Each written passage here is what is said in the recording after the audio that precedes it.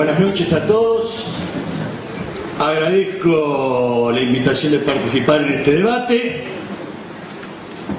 Lo valiente no quita lo cortés y lo cortés no quita lo valiente, y vamos al grano. 3 temas nos convoca esta discusión, o están involucrados en ella. Primero, la naturaleza de la crisis mundial. En segundo lugar, no podemos dejar de hacer referencia en relación a esta situación catastrófica que estamos viviendo, urbi et orbe, en la ciudad y en el mundo, a un debate que involucró a compañeros que estamos en esta mesa. ¿Y a qué demuestra en relación a ese debate que tuvimos? Y en tercer lugar, alguna reflexión sobre el proceso político que queda planteado en este contexto al cual todos estamos obligados a aludir. Sobre la naturaleza de la crisis actual, a mí me parece que hay que ir mucho más allá de las cifras que retratan la magnitud de un quebranto y de una bancarrota económica sin precedentes. Por eso no voy a dar ninguna, todos lo conocemos. Creo que hay que ir más allá de la descripción también del desmoronamiento de orden social internacional que esto implica en dimensiones que van mucho más allá de la economía, que para precisar requieren que definamos bien cuál es el lugar histórico de esta crisis. En esto, y Claudio tuvo la virtud de poner los puntos sobre las IES al plantear algunas cosas, yo pienso que es totalmente insuficiente decir que es una crisis capitalista. En 1873 hubo una crisis capitalista, y a partir de ahí hubo por lo menos 2 gigantescas crisis capitalistas o 3, y en el medio muchísimas más. ¿Qué crisis capitalista es esta? En 1848 el manifiesto de comunistas salió porque había una crisis capitalista. Después que Marx escribió alguna cosa y dijo, bueno, no, la próxima va a haber una oportunidad 10 años después. ¿Hay crisis capitalistas hace 150 años? ¿Cuál es la peculiaridad de esta? Naturalmente no es que sea una crisis de sobreacumulación, ni tampoco que sea de sobreproducción. Todas las crisis capitalistas, en principio, son crisis de sobreproducción, ni bien toman una dimensión determinada. Aludir al carácter histórico de la crisis es situarla en el contexto de un proceso de desarrollo de la humanidad en el último siglo. Algunos dirán, bueno, pues si todo el tiempo se está haciendo referencia a la crisis del 75, de la década del 70, mencionó algo Chipi sobre esto, o a la crisis finales de la década, conocida como la crisis del 29. Ahí está. Pero cuando se hace referencia a datos menores. Por ejemplo, todavía la crisis actual no llegó al nivel de desempleo que provocó la crisis del 29. O el Producto Bruto no cayó en la proporción que cayó entonces. Y respecto al 75, vuelta a hablar de variables económicas. No importa demasiado, hay que ir más allá. ¿Qué quiere decir ir más allá? Esta crisis, en primer lugar, es una crisis mundial que no tiene antecedentes. En el 29, y para tomar un aspecto formal, pero que vamos a tirar del hilo para ver lo que significa, una parte enorme de este planeta había sido sustraída al metabolismo de la acumulación capitalista. Era la vieja Rusia de los Zares. Es cierto que ahí había degenerado un proceso político, pero la crisis del 29 no tocó a la vieja URSS, y hasta le dio una oportunidad al régimen criminal que había ahí instalado. La crisis del 75 mucho menos, porque ya para el 75, y hubo una alusión, creo que en esta mesa, otros territorios habían sido sustraídos al metabolismo del mercado mundial capitalista. Pero esta crisis se caracteriza por referencia a ellas, no por el ámbito geográfico más extenso en el cual se manifiesta, aunque es un dato. Se expresa en otra cosa.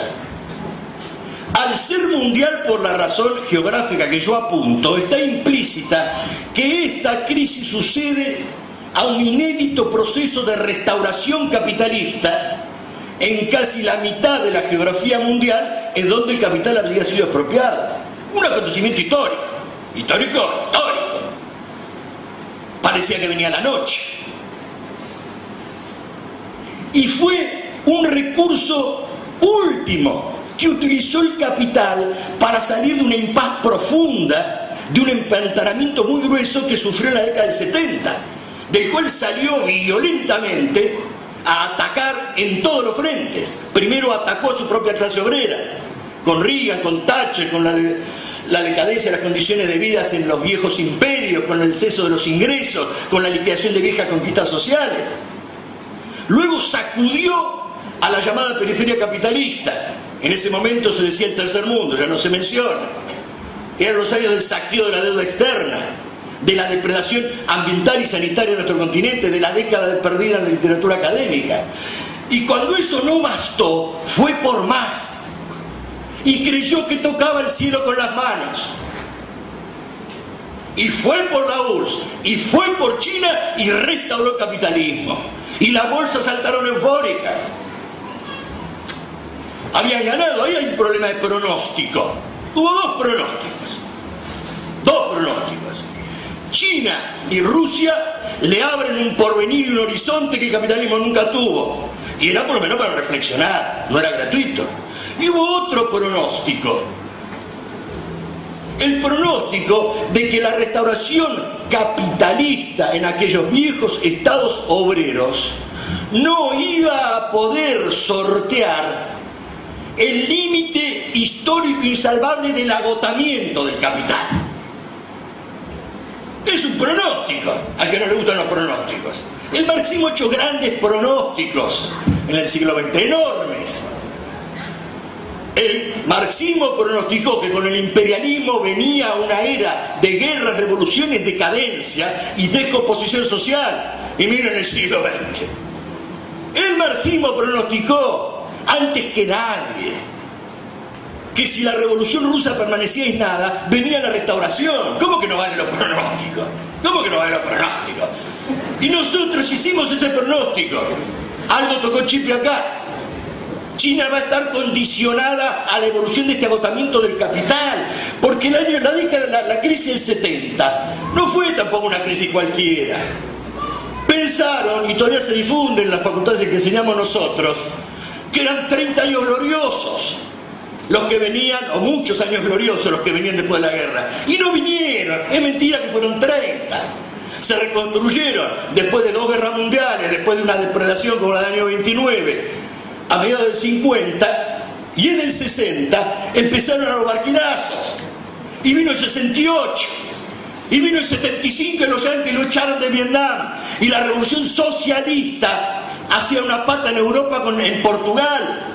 ¡Epa! Se viene el mundo abajo, y mire, 2 guerras, 2 limpiezas enormes de capital y no alcanzó. Vamos por todo, fueron por todo, pero esa crisis era el resultado de una impaz secular que venía de esas 2 guerras, venía de la crisis del 29 y venía de todo este siglo que el marxismo pronosticó. Así que visto en perspectiva, este es el lugar histórico. Yo le decía el otro día en el debate que tuvimos a Cristian, que a riesgo de ser hegeliano, y yo no soy hegeliano, salvo que soy marxista, esta crisis mundial es el segundo acto de la gran crisis mundial, la gran crisis, que fue la Primera Guerra y la Revolución Rusa, el trastocamiento de todos los valores de la sociedad, el hundimiento de una carnicería universal, la caída de las viejas direcciones obreras, el contraste entre eso y el progreso universal que se preveía hasta años antes, porque parecía que se iba a tocar otra vez el cielo con las manos de cualquier lado. Y de esa enorme crisis salió octubre. Y octubre fracasó. Y eso no le dio al capitalismo un horizonte estratégico nuevo, porque no se puede. Cuando uno cumple una edad determinada, ya lo charlé aquí a la compañera, no hay vuelta que dar, no tiene arreglo. Entonces no es un problema de descomposición capitalista, como si al Partido Obrero y a mí nos gustaron los calificativos morales y enérgicos. Somos personas apasionadas. No, no es así. Esta caracterización es tan importante que, miren, más allá de las mediaciones y de la táctica genial de Lenin y de Trotsky, esta caracterización es la que lanzó el famoso Octubre. Porque Rusia estaba preparada para el socialismo. Rusia no estaba preparada para el socialismo. ¿Por qué le hicieron la revolución? Porque el capitalismo había llegado a un límite histórico. Eso es definitivo. Si no hay ave fénix, en eso coincido con Claudio, tiene que haber una trayectoria, una tendencia. Y esto me lleva al segundo punto. Miren, ¿qué debatimos nosotros? Con Claudio, y hasta ahora no proferí ningún insulto en los textos, a ver si estoy un poquito más enérgico o enojado. ¿Qué debatimos? Y los compañeros intervinieron. Hoy me presentó al compañero que también participó de esta discusión. Una cosa esencial, una sola, después 20.000 accesorias. Por ejemplo, se dice que discutíamos si puede de la crisis hay recuperación. No. Cuando Claudio y yo teníamos 18 años, que hace bastante, bueno, él tiene menos que yo, o sea, cuando yo tenía poco más, yo tenía 18, leíamos un folleto de Guillermo Lora que explicaba la revolución permanente, de esto hace 40 años. Y ese folleto empezaba diciendo lo que la revolución no permanente no era como concepto, porque se la deformaba mucho. Y decía, revolución permanente no es el despelote todo el tiempo. Bueno, lo estoy un poco caricaturizando, pero es así. Es algo más complejo, más conceptual. La teoría del derrumbe, catastrofismo, no es que estamos siempre en la lona y nunca se recupera y nunca sube y nunca baja. No puede ser. Pero no porque, vamos a ver que yo lo hubiera dicho. Nadie me tiene que responder, porque se descalificaría respondiéndome. Es menor el problema. Supongamos a quien dice, el cataclismo cuando va a caer va a ser cataplum. Y yo digo, discutamos el problema. No era ese el problema. El único problema es el siguiente. Yo afirmé, y yo no inventé nada, pertenecemos a una tradición teórica, con uno de los mayores estudiosos de la obra de Marx, y no el mayor, del siglo XX, que llegado a un punto, las tendencias del capital a valorizarse sobre la explotación del trabajo quedan anuladas, simplemente porque tiende a expulsar el trabajo en la competencia entre muchos capitales. No puede zafar de esa contradicción. Y el que planteó esta cita, y le agregó en el marxismo hay una tendencia, una teoría del derrumbe que solo los revisionistas criticaron, fue Roman Rossovsky. Yo dije, sí, tiene razón Roman Rossovsky. Claro, con todo derecho dijo que no. Hay un debate. Y los compañeros tampoco admitieron que fuera una tesis marxista. Ese era el debate. Porque en la teoría del derrumbe está todo. En la cita que yo dije un poco difícil. El capitalismo tiende a autodisolverse. Lo digo de forma provocadora para que me digan, ¿qué dice? ¿Qué dice? ¿Solo se cae? Sí, mis amigos, se cae solo. Por lo que está pasando, ¿quién tiró ahora el capitalismo? ¿El Partido Obrero no? No, eso seguro. Está una coincidencia total. Nosotros no lo tiramos. Se cae por sus propias contradicciones, porque no puede funcionar sobre la ley que el propio capital desarrolla, como los jóvenes y los viejos. Está envejecido. Si tenemos tiempo, podemos hacer un desarrollo teórico. El capitalismo tiende a anular la ley del valor. Miren, Rossovsky dice, y voy al debate teórico, que una parte de los Grundrisse solo puede leerse conteniendo la respiración por la profecía histórica que contiene. ¿Qué párrafo es ese? El párrafo en el que Marx dice, y lo estoy traduciendo, después si bien lo puedo leer, yo no lucho solo por emancipar a los trabajadores, lucho por la emancipación de la humanidad del trabajo, que tenga mucho tiempo libre, que pueda avanzar, que pueda crear, porque esa posibilidad crea el capitalismo, que solo puede vivir explotando al trabajador y en la competencia desplaza al trabajo en lugar de producción. Eso se traduce en la pavada de la escuela convencional. ¡Qué drama la tecnología! ¡Qué drama! Nos mata de hambre. ¿Cómo va a ser un drama la tecnología? Dicho en un lenguaje más elevado, era esa tendencia que Marx señaló. Por eso Rodolfo, ese era el único debate. Y es hablar de un capitalismo sí que se descompone, que nos puede llevar a un retroceso civilizatorio. Esto es crear también conciencia entre la vanguardia sobre el compromiso que tiene que asumir. Pero ¿y cómo? Después que lo dijo Lenin, ¿no creció el capitalismo? Sí, hizo la base de la barbarie. Porque el indicador teórico de esta observación es la siguiente. Miren, compañeros, para no hacerla difícil. Las crisis, por eso está mal, teóricamente, hablar solo de crisis capitalista. Las crisis deben ser entendidas a la luz de la tendencia al derrumbe, del movimiento histórico del capital. Solo ese movimiento histórico me coloca la crisis en un plano adecuado. Y la crisis no puede explicar la tendencia al derrumbe. Ese, pienso yo, sin faccionalismo, que fue el error teórico en algunos compañeros que participaron en el debate. La tendencia al derrumbe se expresa en las crisis y en las euforias. Y hasta Chipi lo dijo hace un rato para que vean que no soy nada faccionario. En las euforias se expresa totalmente, y en las crisis también. Hay que analizar las crisis por la tendencia al derrumbe, por la tendencia capital a la autodisolución, a caerse solo. Ahora, los que me entienden de una manera que puede ser desaforada, serénense. El capitalismo se cae solo, pero no se sustituye solo a sí mismo. Eso nos cabe a nosotros. Pero caerse cae solo. Si no se cayera solo, no podríamos emprender una acción, que acá todos coincidimos, en principio de palabra, socialista, revolucionaria, para sustituirlo. Entonces esa es la relación que tiene con el debate y con los pronósticos, porque tenemos esta tesis, nosotros formulamos el pronóstico sobre China, no por otra razón, y sobre la Unión Soviética. Y ahora, pasando, qué bien con el tiempo, ¿no? Bueno, perfecto. Porque formulamos este pronóstico y nuestra concepción teórica, podemos entrar en este proceso político en términos adecuados. En cambio, las tesis que dicen que es la crisis, yo voy a agregar a Claudio y poner el nombre de Claudio, donde Claudio no puso el nombre del Partido Obrero. Por ejemplo, Claudio dijo, hay que decir crisis capitalista, no crisis de descomposición, putrefacción de capitalismo, como dice el Partido Obrero. Hay que tener interlocutores válidos. Aglietá, Dumenil, en mi opinión carece mucha importancia, y no ámbito financiero, como hace el Partido Obrero y Prensa Obrera. Y dijo también alguna otra cuestión, donde está bien, que me parece muy bien, a mí me gusta el debate franco. En este plano, el problema es otra vez la terrenalidad de la política. Yo fui muy duro, él dijo, se reunieron los EDI, los economistas de izquierda. Bueno, se reunieron acá. Yo hice una crítica a lo que dijeron acá también, después si quieren las vemos. Pero antes de reunirse acá, se reunieron en Venezuela. Yo ya debatí con Julio Gambira, que con Claudio firmó una declaración de los economistas de izquierda frente a la crisis mundial. ¿Qué proponía como medida práctica? Chipe lo dijo de pasada, menos apasionado que yo. Que se reúnan los gobiernos capitalistas del continente para dar una solución. No, no puede ser. Todo.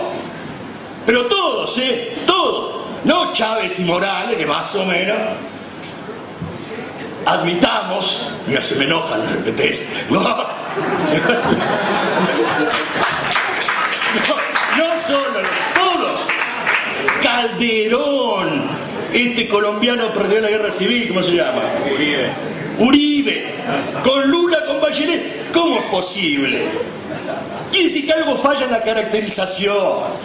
Si se va a enfrentar a la crisis mundial de esta manera, Gambira me respondió, fue muy respetuoso el debate, como acá, que era para una respuesta continental. No, la respuesta continental tiene que ser la de estimular lo que Chipe acá llamó un desarrollo político independiente, las masas obreras, campesinas, para crear un polo y una alternativa a esto que se deshace. Porque esto es lo que yo quiero concluir, no tengo más tiempo, después agrego más cosas. El problema que enfrentamos es que peor que el derrumbe del capitalismo, y esto discrepo con Claudio, es el derrumbe de la izquierda. Porque una izquierda que propone Serena Uribe, Calderón y Lula para resolver la crisis está derrumbada. Y no puede dar una respuesta al problema.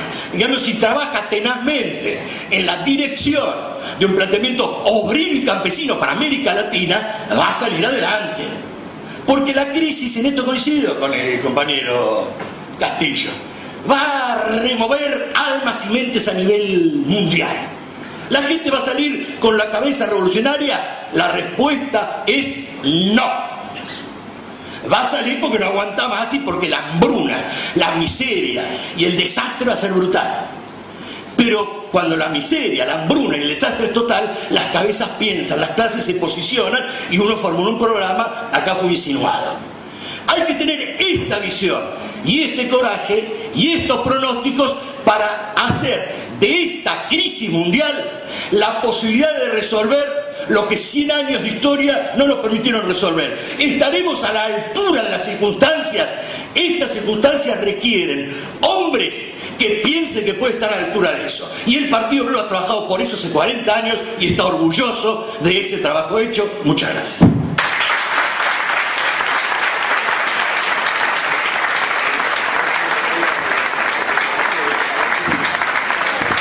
Bueno, para terminar la primera ronda de intervenciones, Eduardo Lucita. Buenas noches a todos y a todas. Agradezco yo también al IPS la amabilidad de haberme invitado e incluso de haberme esperado porque tenía algunos problemas de salud y a pesar de que estoy un poco cachuzo me admitieron, así que doblemente agradecido. Y también saludar la iniciativa y el momento y la oportunidad de hacer estas jornadas del marxismo 2008. Y me parece que tomándome del título de la mesa de hoy, yo quiero afirmar la noción, que acá ya se habló en un sentido y en otro, de la crisis como una crisis del capital. En el sentido, como ya lo explicó Gruner acá en esta misma jornada hace un par de días atrás, no es solo un problema de economía ni solo un problema político, es una dimensión de la humanidad la que está incluida en esta crisis. Porque es una crisis económica de proporciones que se da en el trasfondo de una crisis alimentaria y de una crisis ambiental de proporciones desconocidas, por lo menos en lo que va de la historia de la humanidad en esta última. Solo pensar que en la década del 60 se calculaba que había 80 millones de pobres en el mundo y hoy hay 800 millones de pobres. Sobre esa base, dicha así con dos números solos para no afirmar demasiado número, es que se da esta crisis. A mí sí me parece importante señalarla como crisis del capital para distinguirla de toda esta vulgata periodística que ya se habló acá, de los opinólogos que plantean, que dividen además la crisis financiera por un lado, la economía real por el otro, intentando desconectar un sector del otro, y por lo tanto cuando ponen el acento en la codicia, cuando ponen el acento en este asunto de la plata loca, de querer hacer del dinero más dinero sin pasar por el complejo trámite de la producción, en realidad están exculpando al sistema del capital. Entonces a mí sí me parece importante afirmar esto como una crisis del capital. Porque esta crisis, más allá de los rasgos propios y específicos que tiene, sí es una crisis, en esto creo que no hay duda, es una crisis de sobreacumulación de capitales, de sobreproducción relativa de productos manufactureros, que se combina con una escasez relativa de la producción de materias primas y de recursos energéticos. Es una crisis que en realidad tiene una dimensión mayores a la de los años 80, de los años 70. Y que en algunos aspectos me parece a mí es más compleja que de los años 30, aunque aún no ha llegado, como decía Pablo recién, a la profundidad de la de los años 30. Pero al mismo tiempo, esta crisis no hay que verla como una burbuja que explota y se reabsorbe, como fueron todas las que se vienen dando en la periferia, en México, en Rusia, en el sudeste asiático, en Brasil y en la Argentina, que en realidad eran crisis que actuaban como válvula de escape para ir demorando la crisis en el centro, como se ha dado ahora. Hay que verla en realidad como un proceso en su desarrollo. Las condiciones de esta crisis se vienen constituyendo desde mucho tiempo atrás. Se explayaron a mediados del 2007, se profundiza con un salto al vacío de la crisis con la caída de Lehman Brothers y hoy vemos que tiene una profundización aún mayor. Ya no se discute si hay desaceleración ni tampoco si hay recesión. Se está discutiendo si se entra en una depresión de larga duración. Y los artículos que se conocieron esta mañana de este Rubini, que hoy está famoso, está planteando que vamos a un periodo de liquidación de stock y baja de precios, es decir, de estancamiento como mínimo con deflación. Ahora, la crisis realmente estalló, como todas estas crisis, por el sector financiero. No pueden estallar de otro lado que no sea de este, ¿no? Y en ese sentido es real, porque el capital ficticio que se había creado era por lo menos 10 veces superior al capital productivo. esta crisis estaba en el horizonte. Ahora, estalló por el lugar donde el neoliberalismo más había triunfado, por el individualismo, por la inversión privada, por el mercado, por haber hecho del dinero la medida de valor de todos los valores. Y en ese sentido, como decía el Chipi, tiene un profundo contenido de deslegitimación del propio sistema del capital. Y creo que, tomando el tema de hoy, la perspectiva del marxismo, creo que esta es la primera cuestión que tiene que agarrar el marxismo. Hoy está la posibilidad de argumentar y desarrollar algo que nosotros sabemos desde hace muchos años, que el capital es la principal traba para resolver los problemas y los males que el propio capital le provoca a nuestras sociedades. Hoy hay condiciones excepcionales para desarrollar esta argumentación y para dar un debate de ideas frente al conjunto de la sociedad. No tanto es importante entre nosotros, sino frente a la sociedad. Este es el problema, porque el problema es que, y es lo que quisiera plantear como segundo punto, es el problema de los ciclos. Yo creo que el neoliberalismo está agotado. Lo que estamos viviendo ahora es el estertor, el estirar la pata del neoliberalismo. Pero este agotamiento no se da, se viene dando desde varios años para atrás. Agotamiento, a mi juicio, que no es producto de su fracaso, sino de su éxito, porque logró la mayoría de las cuestiones que se propuso y sobre todo estableció una relación de fuerzas duradera en favor del capital y en disfavor de los trabajadores y del conjunto de las clases subalternas. Por lo tanto, desarrollar esta cuestión de que el capital es la principal traba, es importante hacerlo frente a la sociedad para aportar a resolver esta relación de fuerzas desfavorables. Ahora, lo que sucede acá es que se ha agotado un ciclo largo, ese ciclo que comenzó a mediados de los 70 y que fue una respuesta del capital a la caída de la tasa media de ganancia del ciclo anterior que se desarrolló del 30 al 75, que, como decía Pablo, es caracterizado como los 30 años dorados del capital.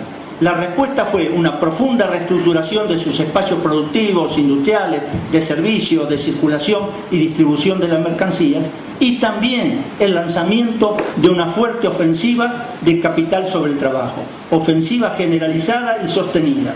Sostenida porque se despliega desde aquellos años 70 sin solución de continuidad hasta ahora, y generalizada porque ese despliegue lo fue sobre el conjunto de las conquistas obreras que los trabajadores, generación tras generación, habían ido levantando como barreras frente a la voracidad del capital.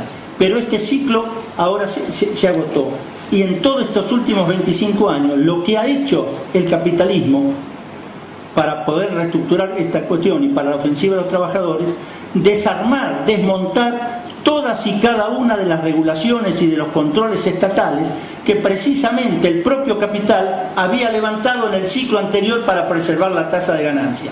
Pero esas regulaciones hablaban de la rigidez del mercado y achicaban el margen de ganancia. Por lo tanto, desmontó todo eso, y resulta que ahora la explicación de la crisis es por falta de regulación y por falta de controles estatales. Quiero decir que si lo enfocamos frente a la sociedad, frente a la gente, frente a los trabajadores, de la perspectiva de los ciclos, podemos demostrar con claridad cómo en todos los periodos el capital choca contra sus propios límites, se ve obligado a rebasarlos, a destruir las mismas normas que él había empleado y a poner otras normas que en otro momento se le transforman nuevamente en sus propios límites. Esto coincide, el fin de este ciclo largo, con la culminación del ciclo corto que señaló también Chipi, el que comenzó allá después del atentado a las Torres Gemelas, que le permitió a la administración Bush un redespliegue bélico con las invasiones a Irak y Afganistán, con la importancia que tiene para la economía norteamericana el complejo militar industrial. Y esto fue acompañado por una excepcional baja de tasas, el realineamiento de la demanda, el crédito que llegó a ser el 140% del Producto Bruto y todo lo que conocemos después, ¿no? Ahora, esto ahora se va agotando y el impacto también que tuvo sobre la periferia comienza a resentirse también aún en nuestro propio país, que aún antes de la crisis el ciclo expansivo que nació en el 2002 con la macrodevaluación comenzaba a tener ciertas debilidades y ciertos problemas.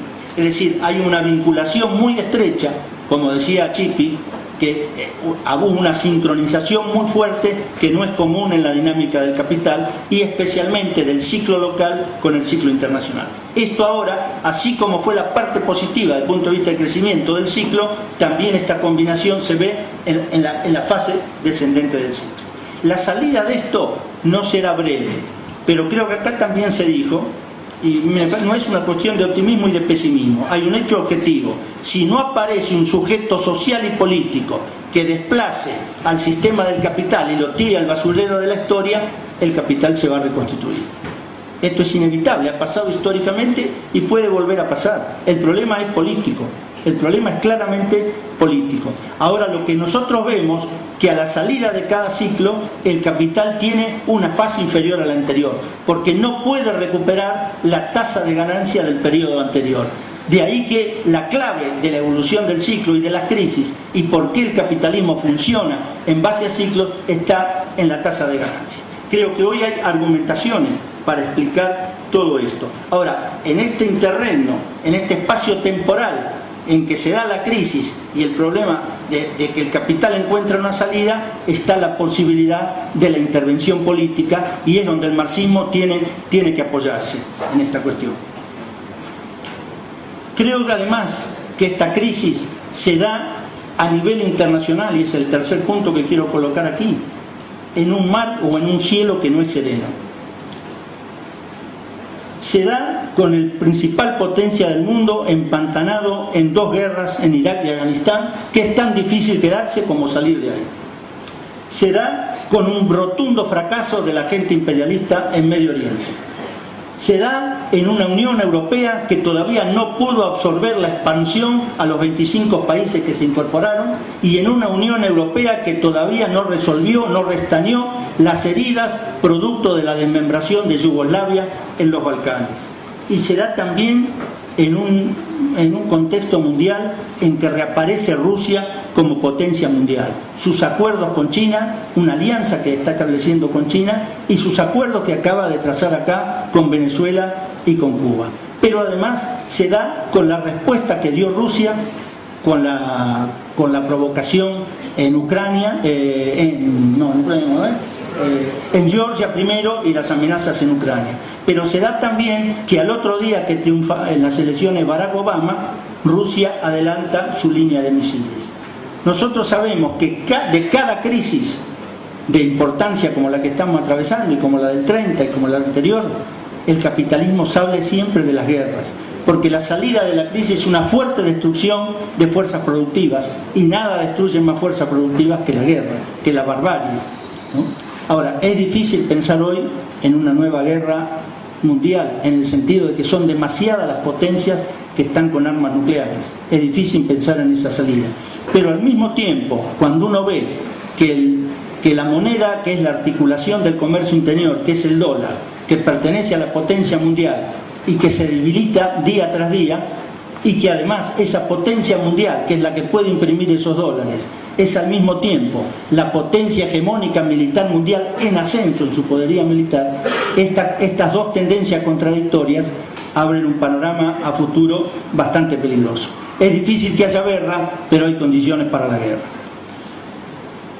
Ahora, en este interregno, me parece que el imperio no tiene políticas para la América Latina.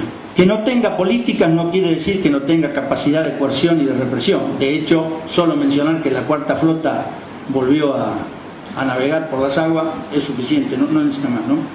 Pero, fíjense, el ALCA, que era el primer proyecto económico global para la región después de la Alianza para el Progreso, en el año 61, tardaron 40 y tantos años para proponerlo, y se lo voltearon en 5 años. La resistencia de los movimientos sociales de América del Sur sobre todo, pero también la combinación de varios gobiernos que volcaron el ALCA, ¿no? Y hoy no hay una propuesta alternativa del imperio para la América Latina. Esto es lo que permite ciertos movimientos autónomos de ciertas burguesías locales. Pero esto es lo que permite también la posibilidad en el marco de la crisis de desarrollar una política propia e independiente del marxismo y de la izquierda revolucionaria. Pero, y el cuarto y último punto que quisiera colocar, tenemos que reconocer, como lo reconocía acá una compañera en la mesa de filosofía los otros días, que venimos de una etapa en que la perspectiva de la transformación revolucionaria, por lo menos para las grandes masas, había quedado en suspenso. Las ideas de la revolución y del socialismo perdieron credibilidad. No hay convicción en las grandes masas de que sus luchas concluyan en una alternativa superadora del capital, porque no tienen un objetivo político global, porque no tienen una perspectiva en ese sentido de conjunto que supere el reivindicativo. Y por eso es que la enorme cantidad de luchas que hemos visto en América Latina y sobre todo también en nuestro país y en países cercanos no saldan en un proyecto político y no alcanzan a superar la reivindicación. Por lo tanto, me parece que respondiendo a la convocatoria de la mesa, una de las tareas centrales del marxismo hoy es reponer la credibilidad en la posibilidad de la transformación radical de nuestras sociedades, que para nosotros no es otra cosa que un proyecto claramente socialista. Y esta coyuntura es también excepcional para reponer la idea del socialismo. Pero esto no será posible al margen de la intervención directa en la lucha de clases. Quiero decir con esto, no es un problema teórico, aunque incluye la teoría, es un problema práctico, o como explicaba abundando en detalle Gruner acá y me los ahorro, es un problema de la praxis. Pero hoy hay un conjunto y una diversidad de movimientos sociales que son distintos a los que creamos e impulsamos, los que tenemos cierta edad, en los años 60 y en los 70. Aquellos se articulaban alrededor de la relación capital-trabajo, de la producción, de los sindicatos, de la fábrica. Hoy esto se articula más en general en el marco de la distribución y la circulación de las mercancías. La relación entonces es muy distinta. ¿Cuál ha sido el resultado? Que se ha puesto en duda la hegemonía del proletariado para todo proyecto de cambio y de transformación en nuestras sociedades. Pero nosotros sabemos, y en esta mesa sabemos, que la globalización no superó las leyes y las contradicciones del capitalismo. Por el contrario, lo que hoy vemos es que las ha reafirmado, las ha verificado a nivel mundial y en una escala inédita, por lo menos en nuestra generación. El motor del capitalismo sigue siendo la relación capital-trabajo, la centralidad del trabajo y sobre todo el tiempo de trabajo. Y me parece que en esto hay que afirmarse para dar un debate general, no entre nosotros, un debate frente a la gente, ganar voluntades, explicar qué es esto de la centralidad del trabajo y qué es esto y por qué el capital mismo necesita de la centralidad del trabajo. La esencia del capitalismo se mantiene, si nos fijamos, la explotación asalariada, la extracción de plusvalía, la penetración imperialista, la exacción de recursos naturales, todo lo que quiera. Pero esto no significa que todo siga igual a otras épocas. Y me parece que entonces los desafíos del marxismo en esta época es que junto con recuperar la credibilidad del socialismo, junto con reponer la idea de la centralidad del movimiento obrero para cualquier proyecto de transformación, tenemos que recuperar también los debates estratégicos. La cuestión del sujeto, las formas de la organización política, el problema del poder y de las vías. Yo creo que no está planteado el problema del poder. Y lógicamente, en relación al problema del poder, el problema de la hegemonía, la articulación de un bloque de clases, de los trabajadores y el conjunto de las clases subalternas capaz de oponerse al bloque de las clases dominantes. Y en esto hay que recuperar el problema de la política, la capacidad de intervención política, de hacer política al nivel nacional. Pero esto requiere de una izquierda que se haga visible y tenga una dimensión nacional. Y aquí se habló de la necesidad de un programa y estamos de acuerdo en eso, no voy a abundar en eso porque creo que en muchos aspectos vamos a coincidir. Pero me parece que la virtud que hoy tiene que tener un programa es que en la intervención de la lucha de clases ayude sobre todo a reponer una relación de fuerzas sociales que no sea tan desfavorable. Por supuesto que la crisis política y el impacto que puede tener esta crisis en la conciencia colectiva de las sociedades ayuda en esta perspectiva. Pero hoy un programa tiene que interactuar de tal manera con las masas que ayude a modificar la actual relación de fuerzas políticas que es absolutamente desfavorable, favorable al capital y desfavorable para los trabajadores.